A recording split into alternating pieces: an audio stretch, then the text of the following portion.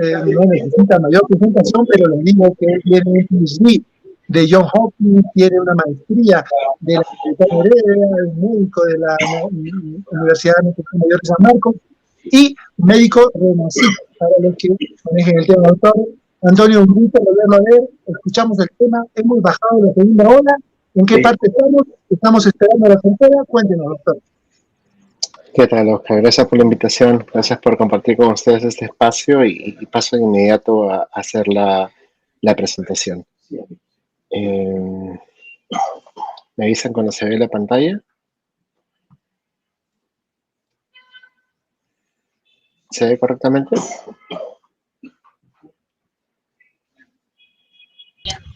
Se observa claramente, doctor. Perfecto, empezamos entonces.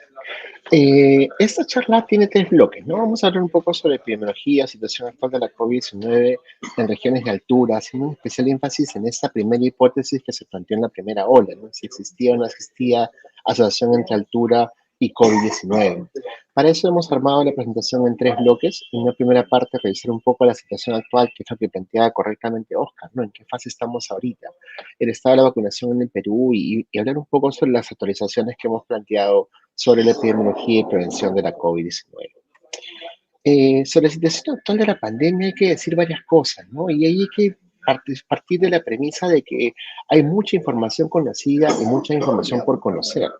En primera instancia, hay que reconocer de que Latinoamérica en particular fue una región particularmente golpeada por la pandemia y que ha tenido estas 2 primeras olas que son prototípicas de los libros de textos de pandemia, ¿no? Y ahí hay que tirarnos un poco hacia atrás en qué cosas se esperaba con una pandemia en tiempos vigentes y que el único antecedente que teníamos era este antecedente de la pandemia de la fiebre española hace más de 100 años, ¿no? Y en esa época se describió una primera ola que era mucho más pequeña que la segunda, una segunda ola mucho más grande y una tercera ola que era más alta que la primera, pero mucho menor que la segunda, ¿no? Y en este caso en particular, el hecho distintivo que implica que para esta pandemia, la COVID-19, a diferencia de lo que pasó hace 100 años, sí se llegó a desarrollar las vacunas y se hizo una implementación masiva después de una segunda ola. Entonces la pregunta del millón que queda remanente es si va a haber tercera ola y de qué magnitud podría ser esta, ¿no? Entonces,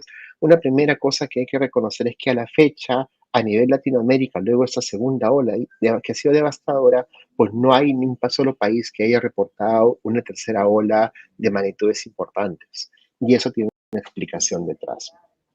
Entonces, una primera explicación es el tema de la escalación, de la vacunación masiva, ¿no? Ustedes pueden ver en la gráfica cómo se comparan los países latinoamericanos en función a cuántos han completado segunda dosis y primeras dosis y ven al Perú en una posición expectante, ya habiendo superado el 50%, 56% de la población protegida con 2 dosis y cómo se compara esto dependiendo del denominador, ¿no? En el caso de esta herramienta que es muy popular, que es Working Data, el dato que usan como denominador es población total. Entonces, aquí son 33 millones de habitantes y según esto, el Perú ha logrado proteger con 2 dosis al 46% de su población total, independientemente de edad. Y cuando hablamos de población protegida, en términos estadísticos, es población mayor de 12 años, ¿no? Entonces, una diferencia de como 4 o 5 millones de personas que básicamente hacen que la información fluya de manera distinta, ¿no?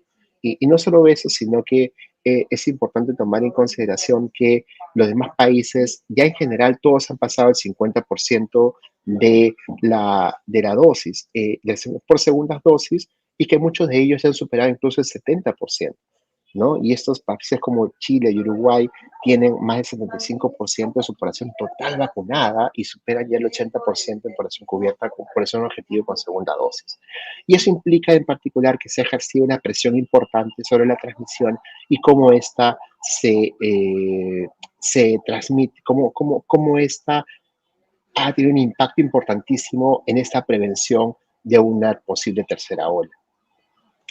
Estos son los tableros que actualmente utilizamos en el Ministerio de Salud para tratar de seguirle rastro tanto en personas positivas como en muertes, pacientes hospitalizados y muertes por todas las causas, que es este indicador que se volvió muy popular en Perú toda vez de que países como el nuestro no tienen una capacidad diagnóstica lo suficiente como para poder cuantificar la mayoría de sus casos, ¿no? Noten ustedes que el Perú ha superado los 2 millones de casos, pero se estima que ya más del 80% de la población ya ha tenido una infección, al menos una infección por COVID-19, y esto es este concepto de cero prevalencia, ¿no? El dato oficial más reciente que tenemos es de diciembre del 2020, en el cual se estimó que el 40% de la población peruana ya había tenido COVID-19, y esto es después de una primera ola.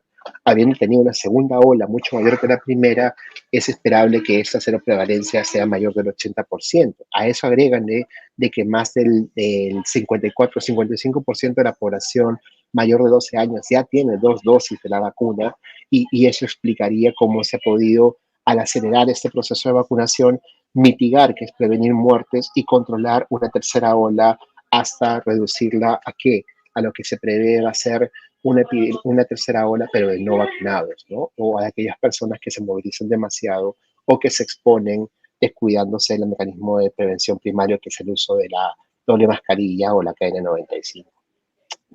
Entonces, este efecto vacuna, sumado a la cero prevalencia, que ya se espera que sea más del 80%, deja abierta la pregunta de que si vamos a tener o no una tercera ola. Y aquí hay que ponerlos en dos escenarios, ¿no? Un escenario es en julio, cuando terminaba julio, teníamos solamente que 13% de la población protegida, y las proyecciones que se hicieron con esas cifras pues implicaban una tercera ola importante, ¿no? De ahí que una de las estrategias primarias que se ha implementado correctamente en el Perú es, uno, primero, acelerar la vacunación, y lo segundo, que es más importante, no quitarnos las mascarillas, que es uno de los errores más comunes en los países que han enfrentado terceras olas, que teniendo cifras de vacunación importantes cometieron el error de quitar las medidas de prevención como el uso de mascarillas, relajar las medidas en general, levantar todas las medidas de restricción y con ello afrontar terceras, cuartas, quintas, sextas olas como en el caso de España.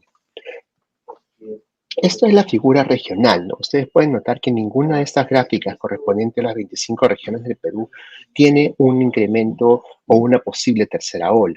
Y aquí hay que ser un poco fino, ¿no? Porque siempre que hablamos de la curva nacional, pues es el promedio nacional, pero habiendo tenido la experiencia de la primera y la segunda ola, con 25 olas distintas, tanto en magnitud como en altura, como en densidad, como en velocidad de crecimiento, como en desaceleración, etcétera, etcétera, etcétera, en la práctica se tenía previsto de que hubieran pequeños brotes, y la medida, ya teniendo una medida de intervención efectiva como es la vacunación, la oportunidad de poder controlarlos antes de que se diseminen de manera masiva usando la estrategia de barrido, ¿no? Que es donde se presente un brote, entras a barrer a la comunidad con vacunación activa, buscando a todos los no vacunados.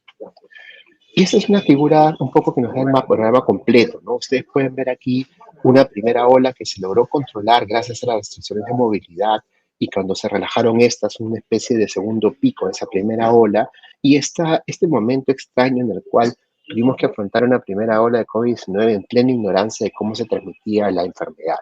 Y en esa época se postulaba incluso que se podía transmitir por la suela de los zapatos, por el contacto de las superficies contaminadas, y hacíamos cosas extrañas como los túneles de ozono y otras barbaridades que se usaron por la ignorancia de no saber cómo se transmitía primariamente esta enfermedad, que era nueva para el mundo y nueva para nosotros también, ¿no? Y ahí se cometieron diferentes errores, como usar las pruebas serológicas como prueba diagnóstica, medidas de prevención que no tenían ciencia o evidencia para poder ser recomendadas, y que todos ellos fueron de alguna manera corregidos de cara a la segunda ola, ¿no? En una segunda ola ya usamos primariamente las pruebas de antígenos, las pruebas moleculares como pruebas diagnósticas, tenemos una mejor aproximación a la magnitud del problema sin ser esta de ninguna manera mucho más acertada, y por lo pronto ya podemos ver que las curvas de muerte se asemejan mucho más a las curvas de casos. Y sí hubo este fenómeno de doble jiba, por cuanto en algún punto, cuando se dobló la curva, se liberaron las medidas de restricción, y nuevamente se hubo un repunte de la cantidad de casos y fallecidos. Noten ustedes además de que la movilidad cómo varía, ¿no? Y en este momento en el que estamos ahora, pues las medidas de restricción están prácticamente levantadas con niveles de movilidad cercanos a lo normal pre-pandemia, pero más importante, cómo ha ido creciendo ese porcentaje de población cubierta con 2 dosis, ¿no? Y aquí tiene una estadística mayor de 18 años, y cómo ya estamos llegando al 60% de esta población, lo cual implica a priori estar cercanos al 70% que se proyectaba podría ser el umbral de inmunidad de rebaño para la variante que vino de Wuhan y 90% para la variante Delta, ¿no? Y desde qué fecha se reportaron los primeros casos de Delta y cómo hoy en día ya tenemos casi el 100% de las cepas documentadas por el INS positivas a esta variante, que es de hecho la más contagiosa de todas. Y esto viene en tema a colación con el tema de la hipótesis de altura, ¿no? Ustedes podrán ver que las olas, comparándolas una ola una con la otra, se apreciaba de que en una primera ola, pues las olas de las regiones eran asincrónicas. ¿Qué quiere decir esto? De que mientras que algunas picaron temprano, otras picaron a mitad y otras picaron tardíamente, ¿no? Y básicamente sí, la historia esta que narraba de manera objetiva empezó en los distritos mesocráticos de Lima, se distribuyó al norte y oriente del país y luego fue bajando hacia el sur de la costa sur y luego a las regiones altoandinas que fueron las últimas de sufrir los embates, ¿no? Y esta hipótesis racional de que la altura jugaba un rol de alguna manera en esa distribución heterogénea de la COVID-19 en el Perú. Caso contrario, en la segunda ola se puede apreciar de que las olas fueron sincrónicas, ¿no? Todas empezaron a la vez, todas tuvieron picos similares, en tiempos similares, con diferentes magnitudes, pero en la práctica echaron por tierra esta idea de que había una asociación fuerte entre altura y COVID-19. Estas son algunas de las distribuciones que se pueden comparar, ¿no? Ustedes noten de que regiones como Madre de Dios en una primera ola tuvieron una tasa de ataque acumulada que era la segunda más alta del Perú y que en una segunda ola pues estaba en el tercio inferior, ¿no? Y eso tiene que ver con la idea de que algunas regiones fueron arrasadas. Noten ustedes particularmente Loreto, que fue una de las regiones más devastadas por la COVID-19, tuvo un incremento acelerado de casos muy temprano en la primera ola y una caída que fue tan devastadora que básicamente, según nuestro propio estimado de cero prevalencia, en una primera ola atacó más del 70% de la población de la ciudad de Iquitos, ¿no? Tanto es así que la población de susceptibles remanente hizo de que una segunda ola fuera muy pequeña comparada y a la fecha no se reportaba indicios de una tercera. Entonces, cada región ha enfrentado su primera y segunda olas de manera distinta y se han movido de manera muy radical, con la excepción rara de Lima y Moquegua, ¿no? Y Moquegua, por una situación particular, es una de las regiones que ha tenido una primera ola y una segunda ola comparativa con las tasas de ataque acumulada más altas del Perú. Esto vendría a ser la tendencia de fallecidos por macrorregiones, ¿no? Y noten ustedes aquí, a golpe de primera vista, de que tanto la altitud, la velocidad de crecimiento, el ancho de la base de cada ola, como la duración de las mismas ha sido muy distinta en las diferentes macrorregiones, ¿no?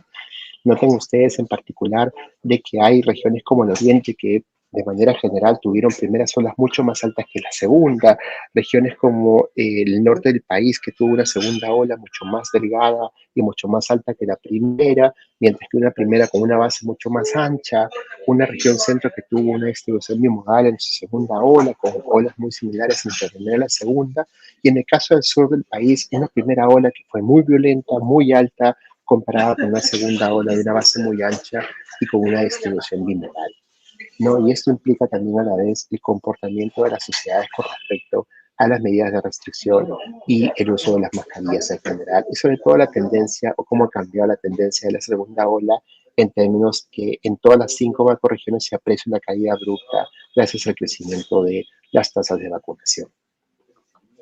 Entonces, en primera instancia, un mensaje que es importantísimo que se queden es de que el Perú son 25 realidades distintas. No hay región que se parezca a la otra en términos totales y básicamente cada región ha tenido que afrontar la pandemia con sus propios recursos, con su diferente idiosincrasia, con la medida de respeto de las medidas de prevención y sobre todo de las medidas de restricción. Y a la par se aprecia una desigualdad importante en las tasas de vacunación según grupo etario. Este es un análisis que hicieron los colegas José Luis Segovia y Jesús Castañeto con respecto a la hipótesis de la asociación entre altura y COVID-19 en la primera ola, ¿no? Y este es uno de los estudios mejor publicados y básicamente documentan qué cosa. Primero que nada, que sí existió en la primera ola una asociación importante entre el conteo de casos y la altura de los distritos, ¿no? Entonces, en todos los distritos del Perú y básicamente se hace una distribución del número de casos con respecto a la densidad poblacional en términos logarítmicos y claramente se puede apreciar que efectivamente existía una correlación estadísticamente significativa en que a mayor altura menor conteo o mayor incidencia de casos a nivel distrital. En términos de fallecidos se aprecia la misma tendencia, ¿no? De que a mayor cantidad, a mayor altitud, menor la cantidad de fallecidos con respecto a la población, esto es mortalidad. Y no solo eso, sino que esta asociación era muy parecida a la de casos, ¿no? Pero luego de cuando se realiza lo que vendría a ser la letalidad, que es la cantidad de fallecidos según el caso positivo, se aprecia de que esta asociación desaparece. Y esta corrección es importante por dos razones. Primero que nada, que una asociación bivariada de ninguna manera puede ser tomada como una confirmación de una magnitud de asociación, ¿no? Toda vez de que uno de los mecanismos para corregir asociaciones y sesgos de confusión, que son este mecanismo por el cual las asociaciones bivariadas, que pueden ser estadísticamente significativas, pueden simplemente representar una asociación espuria o inexistente, implica de que uno tiene que corregir esa asociación por confusores conocidos, ¿no? Y en este caso, si ustedes ajustan la cantidad de muertes por la cantidad de casos, pues efectivamente la asociación entre altitud y COVID-19 desaparece, ¿no? Y esa es una forma muy astuta de representar esa asociación. Entonces, en la práctica, no es que hubiera existido una asociación entre altitud y la fuerza de transmisión de la COVID-19, sino que es un fenómeno que está ligado a otros factores predictores, como son el nivel de movilidad, el nivel de uso de medidas de prevención, la distribución por grupo etario y género, etcétera, etcétera, etcétera. Este es un estudio que fue hecho en Estados Unidos tratando de probar la misma hipótesis, ¿no? Entendiendo que es un país con 50 y pico estados y que todos tienen niveles de altitud distintos. Se podía hacer un análisis por el nivel de los condados. En este análisis se podía ver una distribución mucho más variable entre la cantidad de casos y muertes documentados en los condados que tenían en promedio una altitud muy superior a los de pegados a la costa, ¿no? Y acá se hace una diferenciación entre los de elevación alta o baja para los Estados Unidos. Y se aprecia en el análisis en el que tratan de modelar las muertes que pareciera existir cierta asociación, pero esta asociación no se ve de ninguna manera en los conteos de casos, ¿no? Y esto nuevamente es una forma otra fuente de datos y otra forma tratando de probar la misma hipótesis, ¿no? Si existía algún tipo de elevación. En su momento se planteó la posibilidad de que no sea la altitud, sino sea la radiación ultravioleta de tipo C o D, que en teoría podrían jugar algún rol en la activación de los virus, pero en la práctica se probó con el fenómeno de los caminantes y el levantamiento de la movilidad, de que no tenía nada que ver con eso, sino más que nada con la concentración y agregación de personas y entender un poco de que la COVID-19 es una enfermedad que se transmite persona a persona vía aerosoles y que la concentración de las personas es un factor determinante de su transmisión.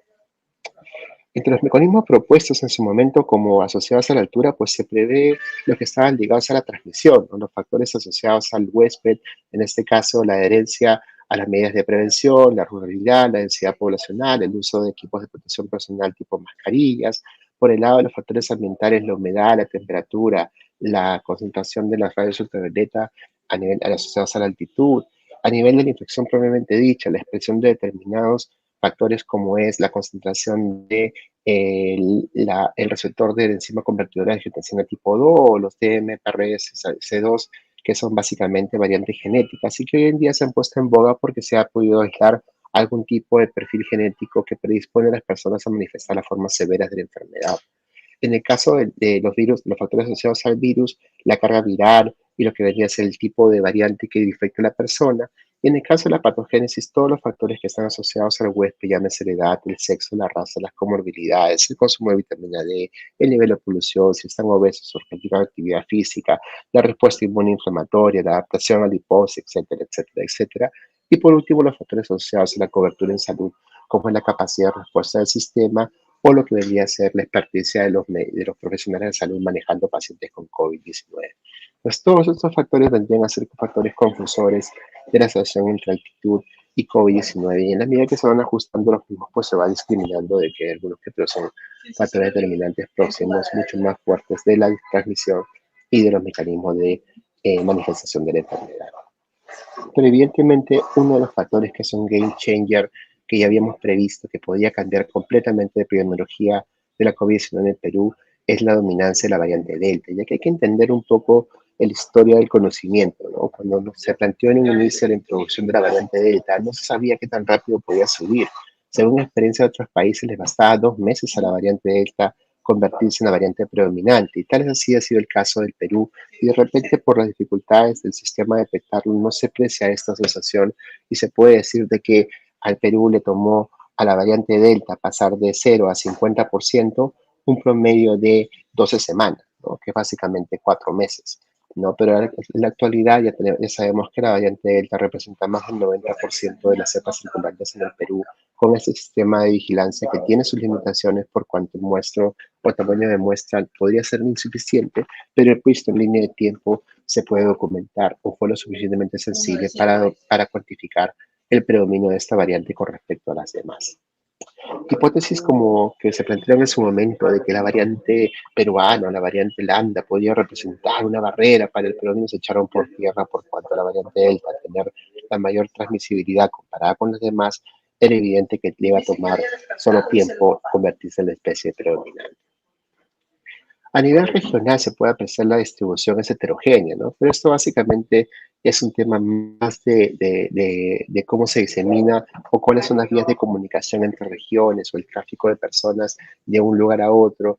Y una vez que ha entrado la variante, a cada una de las regiones su rápida diseminación por cada uno de sus distritos y provincias, ¿no? Tanto es así de que es más que nada un tema de vigilancia o de sensibilidad del sistema para detectar que el hecho de que hoy en día ya la variante Delta esté predominando en todas y cada una de las regiones. Vamos a ver un poco el tema de la vacunación, que es un tema importantísimo, ¿no? En el Perú hemos utilizado a la fecha 5 diferentes tipos de vacunas y cada una un poco más eficaz que la otra, pero en general todas con una efectividad contra enfermedad severa y muerte muy alta, ¿no? Y aquí es importante destacar el tema de que todas las eficacias estimadas en ensayos clínicos controlados autorizados caen contra la variante Delta, parcialmente, algunas más que otras, pero que en la práctica con 2 dosis ofrecían una protección importante contra enfermedad severa y muerte, ¿no? Y ahora se plantea la necesidad de combinar vacunas de RNA mensajero contra todos los demás tipos de variantes como la forma de mejorar la efectividad de la vacuna con una dosis de refuerzo.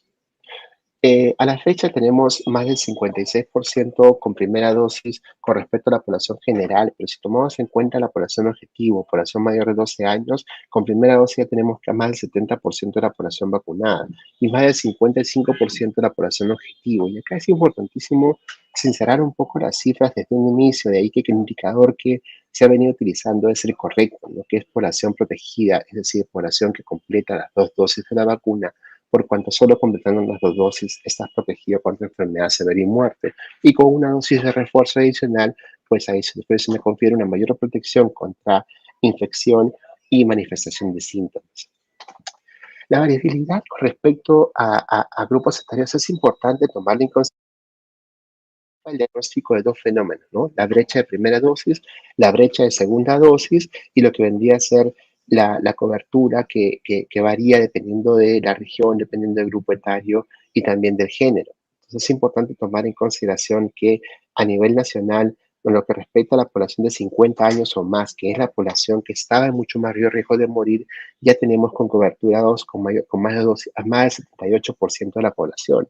Y esto es uno de los factores que me explican en gran medida por qué la mortalidad por COVID-19 se ha reducido sustancialmente a nivel nacional.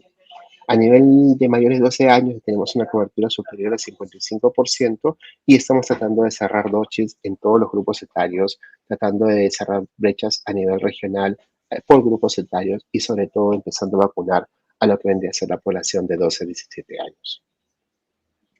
Esa es la variabilidad de la población que no ha recibido ninguna dosis por regiones, ¿no? Y ahí sí llama la atención que hay regiones como Loreto y Puro en los cuales esa fracción de no vacunados supera el 50%. Y eso es un tema muy delicado que nos ha preocupado y que nos ha obligado a tomar acciones inmediatas, ¿no? Estamos trabajando en la actualidad muy de cerca con Puno, con Loreto, con Madre de Dios, con Ucayali, con Huánuco, con Ayacucho, para cerrar esas brechas de segunda dosis, sobre todo la brecha de no vacunados. ¿Por qué esta razón y por cuáles son los factores que determinan esto? Es básicamente la accesibilidad al sistema de salud y la cobertura y el gran predominio de zonas rurales alejadas en estas regiones en comparación con otras que son mucho más urbanizadas y en teoría con un mayor acceso al sistema de salud. Esto de acá es el cambio de estrategia, ¿no? Y acá viene cabe destacar la importancia de o el rol que han tenido los vacunatones, hacer intervenciones de distribución masiva de vacunas en centros urbanos o grandes metrópolis, a diferencia de que no tienen mayor impacto en las zonas rurales o en las comunidades alejadas, ¿no? Y eso es una cosa que es importante, una estrategia que cumplió su rol, pero que a la fecha ya ese rol se ha visto sobrepasado, por lo cual es importante, fue importante en su momento cambiar de estrategia e ir a buscar a las personas casa por casa, implementando brigadas de vacunación que hagan barridos por todas las zonas en estos mapas de calor de personas rezagadas o no vacunadas.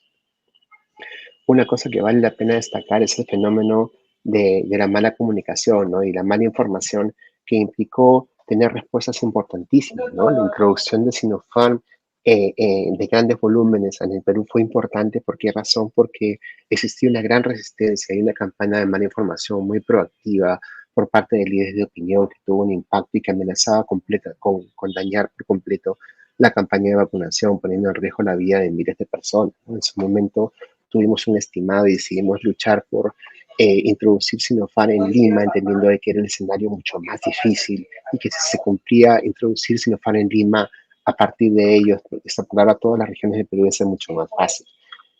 Tuvimos un resultado de que había una resistencia superior al 20% en Lima y Callao, y que por el producto de ello se logró implementar una campaña de comunicación masiva que redujo la resistencia de 20 a menos del 3%, y producto de ello lograr romper el récord de vacunaciones en fines de semana, casi bordeando el 1.000.000 de dosis en un solo fin de semana. Es el avance de la vacunación por grupos etarios por regiones, ¿no? Que ya es la obligación que tenemos de mirar las cosas a nivel micro y de bajar de las regiones a nivel provincial y distrital, ¿no? Y tener un mapeo mucho más desagregado. Ahora hay mucha más tecnología que utilizamos hoy en día, llámese mapas de calor, tableros de inteligencia sanitaria, herramientas de análisis en tiempo real y diferentes instrumentos que se han implementado con la intención de identificar oportunidades para mejorar la vacunación a nivel nacional. Y cerremos un poco discutiendo un poco sobre la epidemiología y prevención de la COVID-19, destacando lo último, ¿no? En principio, partiendo de esta premisa de que más del 99.9% de contagios, si no todos, se realizan por aerosoles, y de esta manera eliminar barbaridades como el uso de lejías, pediluvios y demás cosas que, si bien es cierto, cumplieron un rol en su momento, en la práctica, en la actualidad no tienen mayor evidencia de recomendación. Los protocolos producto de este conocimiento han sido actualizados y ya ha habido muchas discusiones que nos han prevenido hacerlo de manera de repente un poco más temprana, pero felizmente ya salió el protocolo de prevención en el cual se destacan las 4 intervenciones que vale la pena implementarse de cara a ese entendimiento técnico de cómo se transmite la enfermedad. Y esto es, primero que nada, vacunar a ambos, tanto a la persona que podría contagiar como al susceptible, de manera que estén protegidas contra la desarrollo de enfermedad severa y muerte, que usen mascarillas para prevenir la diseminación de los aerosoles, que guarden el distanciamiento social, mientras más distanciamiento mejor, pero sobre todo que aumenten la ventilación, que es la que disminuye la concentración de los aerosoles en el ambiente. Y junto estas 4 medidas, pues básicamente representan los pilares de la prevención de la COVID-19 de cara a una tercera ola. Otro factor importantísimo es entender el predominio de Delta, ¿no? Y que no es cualquier variante, es una variante que aumenta la transmisibilidad, dependiendo de la resistencia del sistema, aumenta la mortalidad, más no necesariamente la letalidad, y tiene un incremento de las reinfecciones que cada vez conocemos un poco más quiénes son aquellos que están predispuestos a tener una reinfección por COVID-19, partiendo por los no vacunados y dentro de los no vacunados, aquellos que tienen alguna comorbilidad. Este conocimiento de cómo se transmite la COVID-19 en ambientes cerrados es importantísimo por cuanto el Perú, como una región que no tiene 4 estaciones marcadas como Europa u otros países, pues básicamente tiene una idiosincrasia que favorece la reunión de las personas en espacios cerrados, llámese comedores, llámese salas de casa, llámese ambientes de trabajo, ¿no? Y difícilmente se entienden ambientes de trabajos adecuadamente ventilados, ¿no? Y por último, tener una sola ventana no es garantía de que estén preveniendo la enfermedad, por cuanto, dependiendo de la ubicación de la enfermedad, la persona contagiada puede contagiar a todos dentro del ambiente. Y esa diseminación de los aerosoles y la permanencia de los aerosoles en el ambiente nos combina a hacer una recomendación de evitar en lo medida posible los ambientes cerrados y concurridos.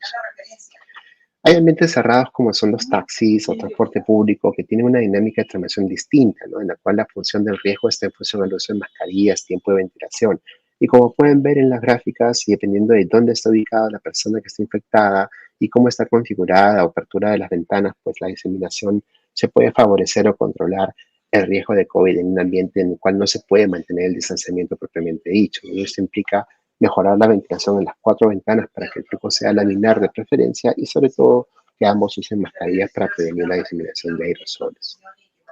Y esto de acá fue lo que vendría a ser la teoría que se utilizó para la segunda ola, ¿no? En la cual se hablaba de que tú podías controlar el riesgo controlando la ocupación del ambiente, disminuyendo aglomeraciones, pasando de la derecha a la izquierda, e ir de abajo hacia arriba, haciendo que implementación de uso de mascarillas, disminuir el tiempo de exposición y disminuir lo que vendría a ser el riesgo de expansión de aerosoles, evitando que las personas griten, canten, hablen y de preferencia fuera en silencio. Controlando estas 4 variables se podía pasar de una zona de alto riesgo de transmisión a una zona de bajo riesgo de transmisión. Pero sobre todo entendiendo de que los aerosoles tienen un factor que es importantísimo de controlar, que es la ventilación. Pero esto vendría a ser la historia de la segunda ola. En una tercera ola, ¿qué cosa adicional podemos agregar? Viene el tema de que el entendimiento de mientras más barreras, mayor protección, pero sobre todo identificando los 4 factores que determinan predominantemente el riesgo de contagiarse, ¿no? Todas aquellas cosas que están listadas tienen algún grado de recomendación, pero de estas 4, de estas, las más importantes son el uso de una barrera que selle, es decir, llámese doble mascarilla o uso de KN95, la vacunación en 2 dosis como mínimo, de preferencia con la dosis de refuerzo, mejorar el nivel de ventilación y favorecer el distanciamiento, entendiendo que mientras más alejada esté una persona de la otra, menor el riesgo de infectarse o contagiar a otro por COVID-19, ¿no? Y adicionalmente a eso, hay determinadas estrategias que dependen del sistema, como son la información, el acceso a pruebas diagnósticas y sobre todo todas aquellas regulaciones que previenen de que una persona infectada salga a la comunidad a infectar a otra, ¿no? Y eso tendría que ser la responsabilidad a nivel personal como a nivel compartido. Finalmente, cabe destacar lo que acaba de salir publicado, lo que son las 2 primeras terapias orales contra la COVID-19, que son 2 tratamientos que han demostrado en ensayos clínicos controlados seleccionados tener una alta eficacia para prevenir no solamente hospitalización y muerte, sino sobre todo muerte, ¿no? En estudios comparados con placebo, ¿no? Estos son Paxlovid de Pfizer y Molnupiravir de Merck. Paxlovid tiene una eficacia del 89%, mientras que Molnupiravir una eficacia del 50%. Estamos hablando de terapias orales que, administradas de manera correcta, disminuyen sustancialmente tu riesgo de muerte, ¿no? Y que si a eso agregas el efecto de las vacunas, pues efectivamente tienes una protección muy superior. La duración de la terapia pues dura 5 días, se administra 2 veces. En el caso de Molnupiravir es un tratamiento que ya se venía utilizando para otras enfermedades, particularmente la influenza, y que vendría a ser un fármaco reutilizado, ¿no? La prescripción en el caso de Paxlovid está condicionada para promover la vida media con el uso de ritonavir, y ambos tienen diferentes mecanismos de acción. Uno es un análogo nucleósido, el otro inhibe la MPRO, y uno es mutagénico, el otro no. Y el costo varía, ¿no? A la fecha, Paxlovid no ha salido el precio de mercado y Molnupiravir es un medicamento extremadamente caro, en el que cada tratamiento cuesta más de $700 por persona. Controlar, que es prevenir casos, y mitigar, que es prevenir muertes, la tercera tarea de todos, ¿no? Y acá tenemos que todos trabajar activamente en comunicar buena información para convencer a todas las personas que no se han vacunado de vacunarse, aquellas que ya se han vacunado, pues que completen sus dosis y que estén atentos pasados 6 meses a completar la dosis de refuerzo, que en un esfuerzo combinado de todo lo que vendría a ser los actores en salud pública, estamos buscando, cerrando brechas de segundas dosis, tratar de proteger a toda la población peruana, buscando sobre todo llegar a ese 90% de población vacunada con 2 dosis para poder recién entonces cantar victoria y relajar las medidas de prevención. Hasta entonces, doble mascarilla, mejorar ventilación, completar sus 2 dosis y mantener el distanciamiento. Eso sería todo. No sé si tienen alguna pregunta, encantado de responderla, Oscar. Gracias, doctor Antonio. Ya tenemos aquí la primera pregunta. Dice, buenas noches, una consulta. ¿Cree usted que la falta de diagnóstico con pruebas para COVID en regiones donde la gente no acude a centros de salud podría estar afectando las cifras de nuevos casos? Imagínense que nosotros tenemos 33 millones de habitantes, ¿no? Se presupone que la cero prevalencia es mayor al 80%. Eso implica de que de eso solamente, ¿qué cosa? 29 millones, solamente hemos diagnosticado 2. Entonces, nuestra capacidad de tener una idea clara de cuántas personas están infectadas, pues es muy precaria, ¿no? Y ahí sí tiene que ver con las brechas de acceso a pruebas moleculares a nivel regional, a nivel rural urbano, etcétera, etcétera. Entonces, para ser claro, la respuesta es sí, ¿no? Nuestro sistema no tiene la capacidad, como lo tienen otros países, de diagnosticar la mayoría de los casos, y eso en una primera ola nos costó caro, ¿no? En una segunda, con la introducción de las pruebas de antígenos se favoreció, pero aún así, en el caso de una tercera ola, con predominio de variante Delta, el uso de las pruebas de antígenos de repente es mucho más pragmático, pero las pruebas moleculares siguen siendo muy superiores, ¿no? Y viene el tema de siempre, ¿no? Si tienes un paciente que tiene síntomas de COVID, el paciente tiene COVID independientemente si la prueba es negativa o positiva. Y ahí tiene que ver esta idea equivocada que el diagnóstico de las enfermedades depende de una prueba diagnóstica, y eso no es así, nunca ha sido así y no debería ser así. Cada prueba diagnóstica tiene sus propias limitaciones y es, en el mejor de los casos, confirmatoria para saber la causa de la enfermedad, pero en la gran medida de los casos ni siquiera lo descarta. Claro que sí, doctor, y queda clarísimo. Justamente en los países donde más a veces la gente tiene acceso al sistema de salud o más se ha vacunado, hemos visto, y confírmenos por favor, terceras, cuartas, quintas olas, y algunos países incluso están cerrando otra vez y confinando. ¿Qué comentario, por favor? Bueno, el principio es de que países como los europeos, ¿no? Que ellos tenían unas tasas de vacunación importantes, superiores al 70%, decidieron levantar las medidas de restricción como el uso de mascarillas, ¿no? Y van en verdad es por qué razón no podían hacer, porque sus sistemas de salud tenían suficientes camas de hospitalización y no corrían riesgos como el nuestro de que se acabe el oxígeno, se acaben las camas, o colapsen los hospitales, o se acaben las camas sucias, o sea, la gente no se iba a morir por falta de atención. En ese sentido, se podían dar el lujo de levantar las medidas de restricción y afrontar una cuarta, quinta, sexta, octava ola, ¿no? Como está sucediendo ahorita en España, que es el segundo país con mayor tasa de vacunación en el mundo, y que ya están anunciando de que puede haber alcanzado la inmunidad de rebaño habiendo superado el 80% de vacunados a nivel poblacional, que población general, y habiendo tenido una sexta ola, ¿no? Entonces, son privilegios de ricos, como se podría decir, ¿no? En el caso del Perú, imagínense que se comete el gravísimo error de quitarnos las mascarillas, ¿no? Estamos hablando que el 55% de la población objetivo tiene 2 dosis, lo que implica que hay demasiados susceptibles. Por más que la cero prevalencia esté en un 80%, miren lo que pasó en Sullana, ¿no? O sea, un ligero aumento, unos cuantos brotes de Delta y colapso el hospital, ¿no? Entonces ahí tienen que entender de que no somos un país ni remotamente rico para afrontar la realidad que enfrentan otros países de Europa, ¿no? Jason Sukasaka hace una pregunta, dice: muchas gracias por su ponencia. ¿Deberíamos estar alertas frente a la aparición de una nueva cepa, variación, mutación? ¿Qué podríamos decir, doctor? Bueno, de hecho, hubo una alerta por la aparición de la variante Delta Plus, ¿no? Que era una variación de la variante Delta y que no se sabía desde un inicio qué tan letal, qué tan transmisible, qué tan reinfecciones, qué tanto disminuía la eficacia de las vacunas. Y felizmente se demostró rápidamente, gracias a estos sistemas de vigilancia genómica, de que no era el monstruo que podíamos temer como una variante muy superior a la Delta.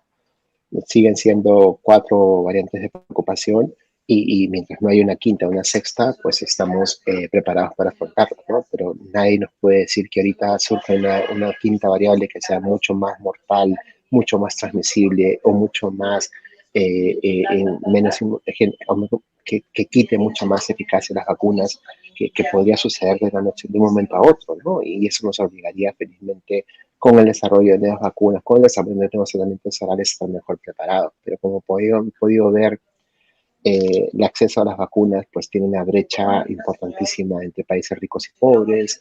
Actualmente hay más terceras dosis utilizadas en países ricos que segundas dosis o primeras dosis en el resto del mundo, y cosas como esas son realmente amenazas reales que preocupan y que nos deberían preocupar, ¿no? Gracias, doctor. Si bien es cierto, estamos abajo en la segunda ola y nuestro nivel de vacunación y otras responsabilidades que ha tomado la población nos deja en un bajo estándar ahorita para riesgos de tercera ola, pero como esto es un asunto global, ¿hasta cuándo podríamos mantenernos? ¿Fin de año, marzo?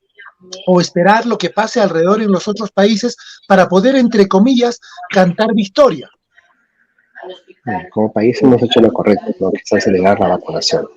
Y a la medida que lleguemos a ese 90% recién podemos cantar victoria. Hasta entonces tenemos un largo camino que recoger y recorrer, y no solo es entender de que es relativamente el esfuerzo que demanda subir de un 30% a un 50% es uno comparado con el 20 que te va a costar subir de 50 a 80.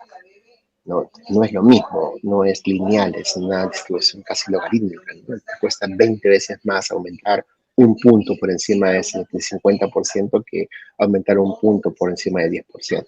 Y eso es exactamente lo que estamos enfrentando ahorita, ¿no? Que si ustedes han visto la progresión de la tasa de vacunación, pues con los vacunatones subimos muy rápido y ahora estamos subiendo a un ritmo mucho menos acelerado porque ahora cuesta mucho más esfuerzo vacunar a todos los que no están vacunados y completar las dosis de aquellos que no han cerrado brecha de segunda dosis. Ronald Vilca nos hace una pregunta y dice, ¿cuál sería la recomendación que hacer para personas residentes que no quieren vacunarse, sabiendo que en Puno hay muchos que no se vacunan hasta ahora? Incluso en reportes hemos visto poblaciones que solo tienen 0.5 o 1%, no llega al 10% de personas que aceptan la vacunación. El tema principal es comunicación, ¿no? Parece mentira, pero el liderazgo de los alcaldes, las autoridades religiosas que son antivacunas o que por algún tema todavía siguen creyendo barbaridades como que las vacunas vienen con un chip, que hay un tercer orden mundial que busca controlarlo todo, o que te va a dar señal de Wi-Fi colocarte la vacuna, cosas que parecen ridículas a estas alturas de partido. Son cosas que la gente cree porque se comunican de boca a boca y esta gente en general no consumen los medios de buena información. Entonces hay un componente de comunicación muy importante, ¿no? Y lo segundo es el tema de que cada idiosincrasia tiene sus propios actores locales, ¿no? No voy a mandar a alguien de Lima a comunicar eh, mensajes de buena información en Puno, es absurdo. Es que usar a las autoridades locales, a los líderes comunales, a las personas que son líderes para su comunidad, e ir haciendo este mecanismo de buenos flujos de información que implica tomar un liderazgo de la salud pública y luchar contra eso, ¿no? Contra eso que es la mala información y que tiene diferentes mecanismos de transmisión en cada región, ¿no? En Lima puedes llegar con televisión al 70-60% de la población, en Puno no pasa eso, ¿no? Entonces tienes que cambiar de medio de comunicación, tienes que cambiar de mensaje, tienes que cambiar de estrategia y adaptarla a la idiosincrasia y la cultura de cada población para que la buena información fluya. Ani Quispe pregunta, ¿qué secuelas pueden tener los pacientes post-COVID, principalmente en la altura? No sé si tenemos datos sobre eso, doctor. En la altura viene el tema de que la adaptación a la altura es un tema que depende mucho de la fisiología, ¿no? Entonces, las personas que en Lima, pues con 80% de saturación se están muriendo en zonas de altura con 80% de su día a día, ¿no? Entonces, las manifestaciones de enfermedades crónicas respiratorias en personas que han tenido eventos de neumonía previos, su de asma, su riesgo de COVID o COVID prolongado es mucho mayor, ¿no? Entonces, todo depende mucho en general del tipo de fitness que tiene la persona, ¿no? Y la adaptación a enfermedades respiratorias como la COVID-19. Pues suele suceder que personas que tienen una capacidad pulmonar aumentada, pues se infectan de COVID-19 y lo pueden afrontar mucho mejor, pero también demoran mucho en acceder a un cuidado, atención especializado. Entonces su aumento de riesgo aumenta como lo ves un parto obstétrico complicado, ¿no? Entonces es como, no debería pasar nada, pero por el hecho de que no busques la atención de manera temprana, tu riesgo de morir es mucho más alto y las complicaciones también incrementan, ¿no? Entonces es un tema más de exceso que de propio de la enfermedad. Y seguramente tendremos más investigaciones en los próximos meses. Gisela C. pregunta, ¿cuál es el grupo etario más afectado aquí en el Perú, hablando de la curva demográfica, doctor, del COVID? Mira, curiosamente, uno de los hallazgos más importantes del estudio de seroprevalencia que hicimos en Iquitos es que la población pediátrica tenía una seroprevalencia tan alta como los adultos mayores, y eso tenía que ver con la permanencia en las casas. En regiones como Iquitos, la población adulta joven o los adultos en general salían mucho más tiempo de casa que las poblaciones pediátricas y los adultos mayores que se quedaban en casa. Entonces, ¿qué pasaba? Recordar que los aerosoles se concentran en ambientes cerrados. Entonces, mientras más uso de espacios abiertos tengas, menor tu riesgo. Entonces, en general, si bien es cierto, el riesgo de infección tiene esa distribución bimodal en los dos extremos, que mayor riesgo de infectarse tanto en niños como en adultos mayores, tu riesgo de morir es completamente desproporcionado, sesgado a las edades mayores, ¿no? Entonces es distinto tu riesgo de infectarte que tu riesgo de morir por la enfermedad. Entonces, en nuestro caso en particular, la estrategia fue la correcta, ¿no? Prioricemos en vacunación a los adultos mayores porque la vacunación tiene un objetivo de mitigar, que es prevenir muertes, no necesariamente prevenir infecciones. Prevenir infecciones parte de la idea de que uses correctamente una KN95 o un uso correcto de la doble mascarilla, ¿no? Entonces, la estrategia combinada de promover el uso de mascarillas con la vacunación es la estrategia más que tiene un mayor impacto en la transmisión y la prevención de muertes, ¿no? Se ha demostrado, doctor, que en la altura la afección ha sido similar que en todos lados. Entonces, ¿a quienes se les dio más el COVID en la altura? También a gorditos, también a inflamados, diabéticos, hipertensos, mayores, ¿o hay algún dato diferente?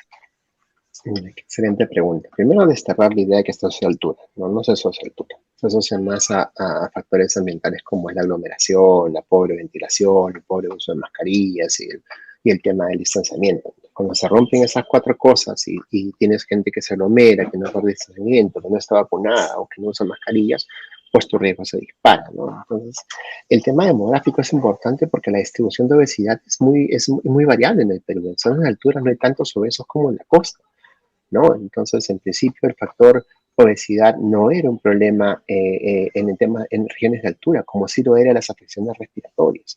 Entonces, no es lo mismo tener un pulmón que nunca ha tenido una neumonía o no ha tenido un evento respiratorio severo que un pulmón que ya tiene cicatrices, o que ha tenido tuberculosis, o que ha tenido asma, o que ha tenido una infección respiratoria crónica, ¿no?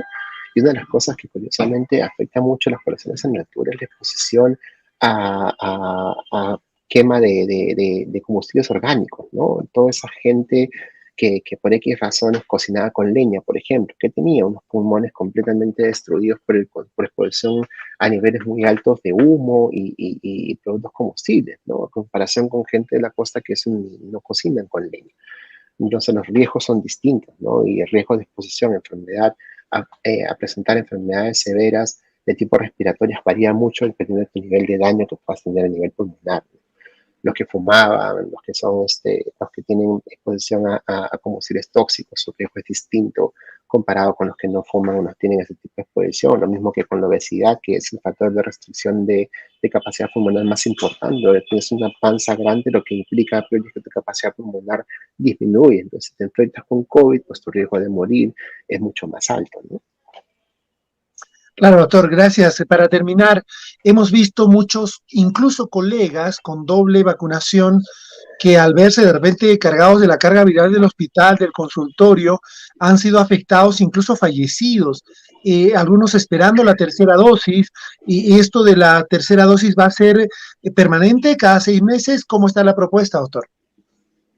Bueno, la fecha se sabe que la inmunidad cae a los 6 meses, de ahí la relevancia de la recomendación de una dosis de refuerzo, ¿no? Más adelante sabremos qué pasa al año, a los 2 años, ¿no? Pero en la actualidad las evidencias recomiendan el uso de una dosis de refuerzo pasado los 6 meses de la vacunación. Y hay que seguir haciendo investigaciones, seguir comunicando ciencia y tomando decisiones basadas en la mejor evidencia disponible, ¿no? Y toda vez que hagamos ese ejercicio, vamos a poder actualizar nuestros protocolos a la luz de las nuevas evidencias. Gracias, doctor. Ojalá se haga factible el Ministerio de Ciencia, Innovación y Tecnología que esté en boga para transformar el CONCITEC en este ministerio. Gracias, doctor. ¿Algo para despedir? ¿Alguna recomendación, por favor, a nuestro auditorio y a los que vean esta grabación? Lo más importante es comunicar buena información, toda vez de que la buena información salva vidas. Luchar contra las antivacunas es tarea de todos, ¿no? Y promover la vacunación, la ventilación, el uso correcto de los respiradores o de mascarilla y sobre todo entendiendo de que vacunar es la principal forma de prevenir muertes. Todos tenemos que participar activamente comunicando a aquella persona que por X razones tiene miedo a vacunarse. Y comunicar eso es boca a boca, ¿no? Y tenemos que bajar ese nivel en la cual una persona que es no vacunada pone en riesgo a toda su comunidad. Y convencerlo de que se vacune no es tratarlo de tonto o ignorante, es todo lo contrario, es pasarle buena información para que despeje sus dudas y sus miedos, ¿no? Y el mensaje fuerza aquí es no atacar a la persona, es atacar el mensaje. ¿no? Entonces, el mensaje que le dice que la vacuna es agua destilada, bueno, amigo, la vacuna no es agua destilada, por el contrario, es un producto altamente tecnológico que viene de mucha investigación. Hay millones de personas vacunadas que justamente han dejado de morir por ello y comunicarlo de esa manera, y no decir, oye, qué bruto que eres, ¿no? Así no convences a nadie, ¿no? Y entender sobre todo de que mucho de la mala información fluye en comunidades cerradas, ¿no? Entonces, cuando tienes una comunidad en la cual hay un líder religioso que es antivacunas y está activamente comunicando mala información, pues identificarlo, combatiendo el mensaje más que a la persona, es quizás la mejor estrategia para poder comunicarlo. Y recordar de que las personas que son mucho más susceptibles de cambiar de opinión, pues son las que tienen responsabilidades sobre menores, ¿no? Las mamás, los que son padres, ellos son los más rápidos, entienden el riesgo, porque normalmente vacunan a sus hijos, ¿no? Entonces, que les cuenten el cuentazo de que las vacunas son agua destilada, que vienen con un chip, o que quieren dominarlos, cualquier barbaridad de esas, pues les es mucho más fácil de entender, ¿no? Pero los miedos se crean y se crean de manera comunitaria, en sociedad. Entonces hay que atacar y comunicar buena información de la mejor calidad posible, en el mejor canal posible, con el mensaje más idóneo posible para cada sociedad, para cada grupo, para cada comunidad. Gracias, doctor. Esperamos poder contar con usted en futuras ocasiones y, por supuesto, agradecerle a nombre de toda la comisión organizadora de haber participado en este tercer Congreso Internacional de Fisiología, Deporte